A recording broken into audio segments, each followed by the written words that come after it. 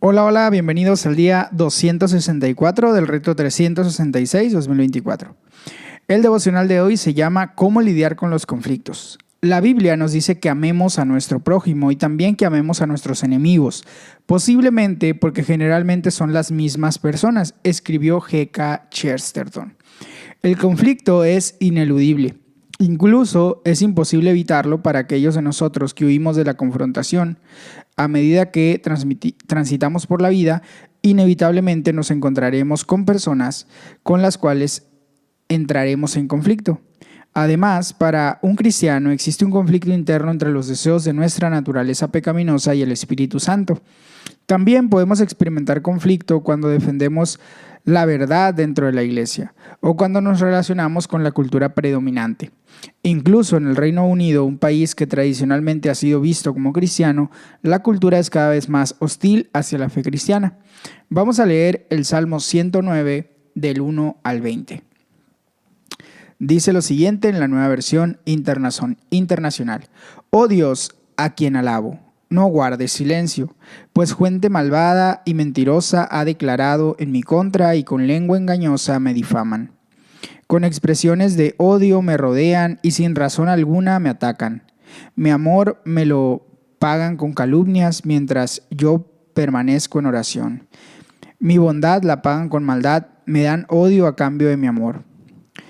Pon en su contra a un malvado, que a su derecha esté su sucesor, que resulte culpable al ser juzgado y que su oración sea considerada pecado. Que se acorten sus días y que otro se haga cargo de su oficio, que se queden huérfanos sus hijos y se quede viuda su esposa. Que anden sus hijos vagando y mendigando, que anden rebuscando entre las ruinas. Que un acreedor se apodere de todos sus bienes, que gente extraña saquee sus posesiones. Que nadie les extienda su bondad, que nadie se compadezca de sus huérfanos, que sea exterminada su descendencia, que desaparezca su nombre en la próxima generación, que recuerde el Señor la iniquidad de sus antepasados y no se olvide del pecado de su madre. Que el Señor los tenga siempre presentes y que borre la tierra su memoria. Por cuanto se olvidó de hacer el bien y persiguió hasta la muerte al pobre, al necesitado y al descorazonado, ya que le encantaba maldecir, que caiga sobre él la maldición, por cuanto no se complacía en bendecir, que se aleje de él la bendición.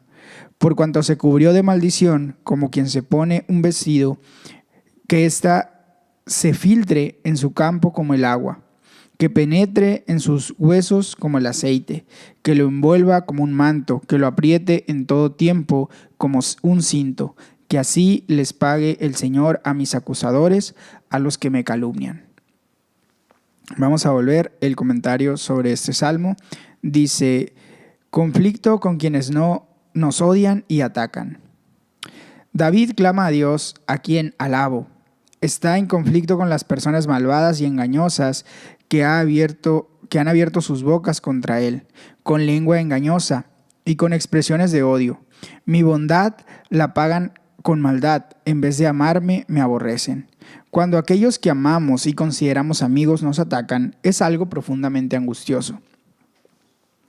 Sus acusaciones y palabras de odio causan un dolor profundo. La respuesta de David en este salmo es llevar su dolor y luchas ante Dios. En medio de todo esto declara, yo me encomiendo a Dios, y derrama su corazón a Dios. En términos inequívocos, clama a Dios pidiéndole que no permanezca en silencio y les pague o les dé su merecido. Parte de lo que dice puede resultar duro de leer y refleja lo difícil que es perdonar sin la ayuda de Dios. Está en desacuerdo con el llamado de Jesús a amar a sus enemigos y orar por quienes los persiguen. Si eres injustamente atacado, sigue el ejemplo de oración y honestidad ante Dios, ante el Dios de David. Al mismo tiempo, pídele a Dios que te ayude a superar la amargura y el odio. Oramos, Señor, ayúdame cuando entro en conflicto a no reaccionar en la carne, sino a responder en el Espíritu. Gálatas 5, del 7 al 26. Dice lo siguiente. En la nueva versión internacional, ustedes estaban corriendo bien. ¿Quién los estorbó para que dejaran de obedecer a la verdad? Tal instigación no puede venir de Dios, que es quien los ha llamado. Un poco de levadura fermenta toda la masa. Yo por mi parte tengo confianza en que el Señor, de que ustedes no pensarán de otra manera. El que los está perturbando será castigado, sea quien sea. Hermanos, si es verdad que yo todavía predico la circuncisión, ¿por qué se me sigue persiguiendo? Si tal fuera mi predicación, la cruz no ofendería tanto. Ojalá que esos instigadores acabaran por mutilarse del todo. Les hablo así, hermanos, porque ustedes han sido llamados a ser libres, pero no se valgan de esa libertad para dar rienda suelta a sus pasiones. Más bien, sírvanse unos a otros con amor.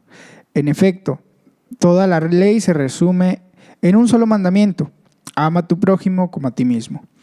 Pero si siguen mordiéndose y devorándose, tengan cuidado, no sea que acaben por destruirse unos a otros. Así que les digo, vivan por el Espíritu y no sigan los deseos de la carne, porque ésta desea lo que es contrario al Espíritu y a su vez el Espíritu desea lo que es contrario a ella. Los dos se oponen entre sí, de modo que ustedes no pueden hacer lo que quieren. Pero si los guía el Espíritu, no están bajo la ley. Las obras de la carne se conocen bien: inmoralidad sexual, impureza y libertinaje, idolatría y hechicería, odio, discordia, celos, arrebatos de ira, rivalidades, desacuerdos, sectarismos y envidia, borracheras, orgías y otras cosas parecidas. Les advierto ahora, como antes lo hice, que los que practican tales cosas no heredarán el reino de Dios. En cambio, el fruto del Espíritu es amor, alegría, paz, paciencia, amabilidad, bondad, fidelidad, humildad y dominio propio. No hay ley que condene estas cosas. Los que son de Cristo Jesús han crucificado la carne con sus pasiones y deseos. Si el Espíritu nos da vida, andemos guiados por el Espíritu. No dejemos que la vanidad nos lleve a provocarnos y a envidiarnos unos a otros. Vamos a leer el comentario del devocional sobre Gálatas. Conflicto con la herejía y en nuestros corazones. El conflicto y la confrontación nunca son fáciles, pero son una parte necesaria del liderazgo audaz. Pablo se encuentra en conflicto con los instigadores. Él es un apasionado de la verdad y usa palabras muy fuertes con ellos porque están llevando a la iglesia por mal camino. En efecto, señala que si están tan interesados en cortar esa parte de la anatomía de un hombre a través de la circuncisión, pueden hacer el trabajo completo y castrarse del todo. Es un lenguaje bastante sorprendente de hallar en el Nuevo Testamento, pero la verdad tiene importancia y Pablo está preparado para enfrentarse al conflicto con el fin de defenderla. Pablo entonces pasa el conflicto entre la naturaleza pecaminosa y el Espíritu Santo. Escribe que el espíritu y la naturaleza pecaminosa se oponen entre sí. El punto central del argumento de Pablo ha sido subrayar la libertad. Sin embargo, la liberación del pecado no significa que somos libres para pecar. Pablo contrasta dos formas de esclavitud: el legalismo, la esclavitud a la ley, y el tener licencia, la esclavitud consigo mismo. Eres liberado de ambas. Evita tanto el legalismo como el tener licencia. No se valgan de esta libertad para dar rienda suelta a sus pasiones, más bien sírvanse unos a otros con amor. Esta es la verdadera libertad, no la ausencia de la moral, sino la libertad de servir a los demás en el amor, amar a tu prójimo como a ti mismo. Si continuamos respondiendo al conflicto como lo hace el mundo, mordiéndose y devorándose, nos destruiremos unos a otros. Pablo enumera 4 ejemplos de reinos en lo que opera este conflicto. En palabras de The Message, el pecado sexual, sexo repetitivo, sin amor, barato, una apestosa acumulación de basura mental y emocional, apuesta por una felicidad frenética y sin alegría.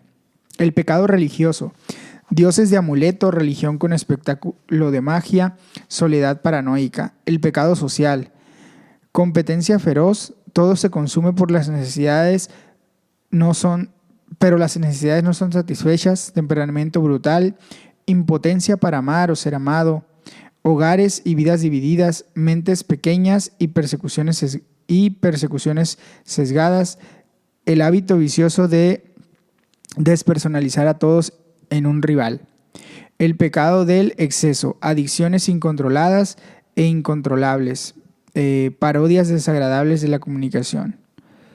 No debemos satisfacer estos deseos, más bien vivir y ser guiados por el Espíritu.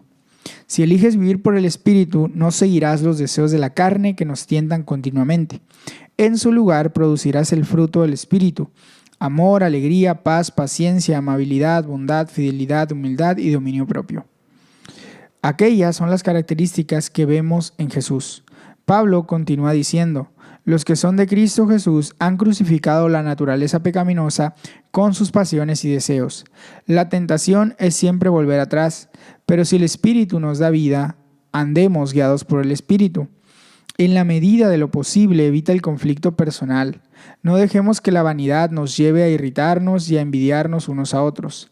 Ahora que el Espíritu Santo vive en ti, inclúyelo en todas tus decisiones y sigue sus indicaciones. Si estás pensando, diciendo o haciendo algo que te hace sentir incómodo en tu interior, aquello puede ser un llamado en el Espíritu Santo para que te detengas. Por otro lado, cuando tomas una decisión y sientes una profunda sensación de paz, reconoce que aquello viene de seguir la guía del Espíritu Santo. Oramos: Señor, ayúdame a lidiar sabiamente con el conflicto, a seguir la guía del Espíritu Santo y a producir amor, alegría, paz, paciencia, amabilidad, bondad, fidelidad, humildad y dominio propio en mi vida. Isaías 47:1 al 49:7. Vamos a leerlo ahora. Dice así: desciende, siéntate en el polvo, hija virginal de Babilonia. Siéntate en el suelo, hija de los babilonios, pues ya no hay trono.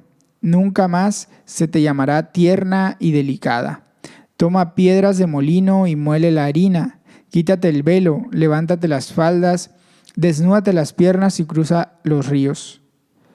Tu desnudez quedará al descubierto, quedará expuesta tu vergüenza. Voy a tomar venganza y a nadie perdonaré. Nuestro Redentor es el Santo de Israel, su nombre es el Señor de los ejércitos. Siéntate en silencio, hija de los babilonios, entra en las tinieblas, porque nunca más se te llamará soberana de los reinos. Yo estaba enojado con mi pueblo, por eso profané mi heredad. Los entregué en tu mano y no les tuviste compasión. Pusiste sobre los ancianos un yugo muy pesado. Dijiste: por siempre seré la soberana. Pero no consideraste esto ni reflexionaste sobre su final. Ahora, escucha esto, provocadora, tú que moras confiada y te dices a ti misma: yo soy y no hay otra fuera de mí. Nunca enviudaré, ni me quedaré sin hijos. De repente, en un solo día, ambas cosas te sorprenderán. La pérdida de tus hijos y la viudez te abrumarán por completo, a pesar de tus muchas hechicerías y de tus poderosos encantamientos. Tú has confiado en tu maldad y has dicho: nadie me ve. Tu sabiduría y tu conocimiento te engañan, cuando a ti misma te dices: yo soy y no hay otra fuera de mí. Pero vendrá sobre ti una desgracia que no sabrás conjurar. Caerá sobre ti una calamidad que no podrás evitar. Una catástrofe que ni te imaginas vendrá de repente sobre ti. Persiste entonces con tus encantamientos y con tus muchas hechicerías, en las que te has ejercitado desde la niñez. Tal vez tengas éxito, tal vez puedas provocar terror. Los muchos consejos te han fatigado. Que se presenten tus astrólogos, los que observan las estrellas, los que hacen predicaciones mes a mes, que te salven de lo que viene sobre ti. Míralos, son como la paja y el fuego los consumirá. Ni a sí mismos pueden salvarse del poder de las llamas. Aquí no hay brasas para calentarse, ni fuego para sentarse ante él. Esos son para ti los hechiceros con quienes te has ejercitado y con los que has negociado desde tu juventud. Cada uno sigue en su error, no habrá quien pueda salvarte. Isaías 48. Escuchen esto ustedes, los de la familia de Jacob, descendientes de Judá, que llevan el nombre de Israel, que juran en el nombre del Señor e invocan al Dios de Israel, pero no con lealtad ni justicia. Ustedes que se llaman ciudadanos de la ciudad santa y confían en el Dios de Israel, cuyo nombre es el Señor de los ejércitos. Desde hace mucho tiempo anuncié las cosas pasadas, ya las profeticé, yo mismo las di a conocer. Actué de repente y se hicieron realidad, porque yo sabía que eres muy obstinado, que tu cuello es un tendón de hierro y que tu frente es de bronce. Por eso te declaré esas cosas desde hace tiempo, te las di a conocer antes que sucedieran, para que no dijeras, fue mi ídolo quien las hizo, mi imagen tallada o fundida las dispuso. De todo esto has tenido noticia y no vas a proclamarlo. Desde ahora te haré conocer cosas nuevas, cosas que te son ocultas y desconocidas. Son cosas creadas ahora y no hace tiempo. Hasta hoy habías oído hablar de ellas, para que no dijeras, sí, ya las sabía. Nunca habías oído ni entendido. Nunca antes se te había abierto el oído. Yo sé bien que eres muy traicionero y que desde tu nacimiento te llaman rebelde. Por amor a mi nombre contengo mi ira. Por causa de mi alabanza me refreno para no aniquilarte. Mira, te he refinado, pero no como a la plata. Te he probado en el horno de la aflicción y lo he hecho por mí, por mi honor. ¿Cómo puedo permitir que se me profane? No cederé mi gloria a ningún otro.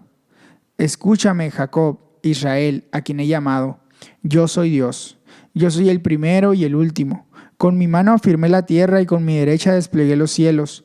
Yo pronuncié su nombre y todos ellos aparecieron. Todos ustedes, reúnanse y escuchen. ¿Quién de ellos ha profetizado estas cosas? El amado del Señor ejecutará su propósito contra Babilonia. Su brazo estará contra los babilonios. Solo yo he hablado, solo yo le he llamado. Lo haré venir y triunfará en su misión. Acérquense a mí, escuchen esto. Desde el principio jamás hablé en secreto. Cuando las cosas suceden, allí estoy yo.